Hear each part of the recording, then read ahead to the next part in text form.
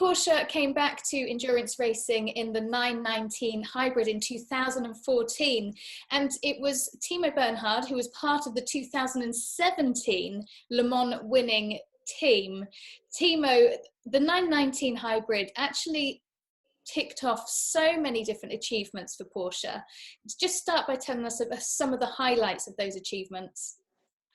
Yes, 100%. I mean, I was waiting as a Porsche junior, I was waiting over the years to have a project like that. So finally, when it came together, that the 2014 will be back, it was a pleasure and a chance of my life in a way. And so the highlights for me was definitely, when the project started, like the part until the first racing action happened, because it was not always like so easy. We had some bumpy roads on the way there, but being at Le Mans in 2014 and having led the race for part, that was definitely thrilling. And then everything came afterwards with the huge successes, like 3-time world champion, 3-time Le Mans winner overall. So I can go on with that list, but it's amazing.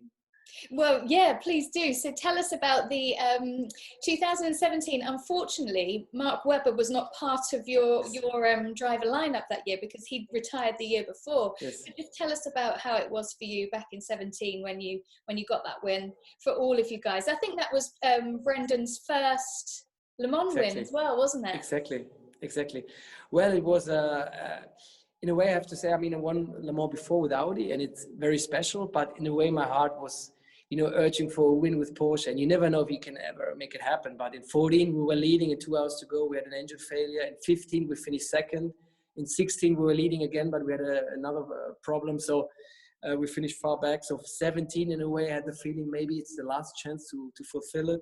You mentioned, I mean, Mark Webber, the big asset of our driving crew, was not part of the 17 lineup because he stopped before. We tried to convince him to go on, but you choose otherwise. But definitely it was emotional when we got the victory that he was on the podium, giving us a trophy. So there was that team bond came back. But if I just want to highlight a little bit that 17 race, because we had a good preparation, we had a good quali. And then after 3 hours, the car was in the garage. So for us, it was drama in a way, with a failure on the front axle gearbox, and we had to change. The guys did a great job. So I think 60 minutes repair, and the car was out and was running and was flawless running. And we never gave up in a way. So the whole team was pushing, and like 1 hour before the end, we got that, we took the lead. I was just about to say, I remember that phrase, never give up. And that's what you took away from that 17 win, wasn't it? 100%. And sometimes you speak about it and you say, yeah, okay, never give up. And then it feels like a phrase, but in that moment, you really feel when everybody's pushing to do his best on his part, getting the car out of the garage, that it's, because there's still 20 hours ahead, and you can't let the people down, in the garage. You can let the people down at home. You can let the people down, that are waiting desperately on the grandstands to see their car, their favorite car running. So for all the Porsche enthusiasts outside, you can see that. And for us, it was a moment when I felt, like early in the race when the car was out after the repair, that there's still something, going. There's still something in this race which we can show and prove. And, in the end, I never thought about the victory, but I thought, there's still something good to happen. And in the end, it was like a fairy tale. It really was. I can talk to you for ages about Nürburgring and your achievements there, but in particularly with the 919, it was like your swan song, really, wasn't it, that time? Well, yeah, so after the Le Mans project was finished, the WC project, and the whole team was still together, there were, Porsche thought about like a tribute tour for the 919, and one of the ideas was to run that car on the most famous racetrack, if you want to call so, on Earth, which is the Nürburgring Nordschleife, which combines every possible corner on Earth into one track.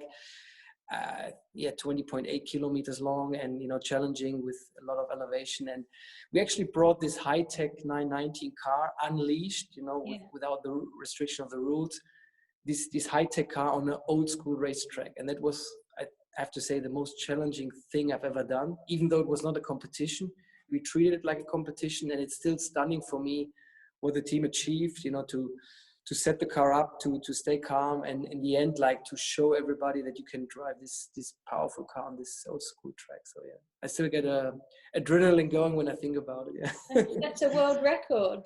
Yeah.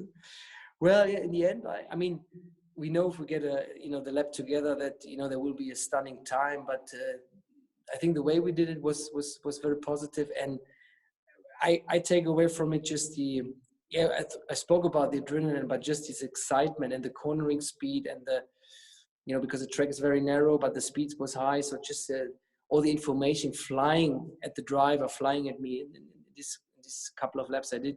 This is just something I will never forget. That was really the ultimate feeling I ever had in a race car. That's great. Thank you very much, Timo. It's lovely to talk to you and hear about the 919. It feels like so long ago now. It's such a shame. Yes, do you think that you're still heavily involved in Porsche? Do you think that there will be a comeback for Porsche in the top category? Of course, they're still heavily involved in GT. Yes. I mean, if you see that Porsche, the motorsport is in the DNA. You see how many categories and how many races they do all over the globe. So that's impressive. But for sure, I hope that someday in the future Porsche will be back, because it's really where they belong.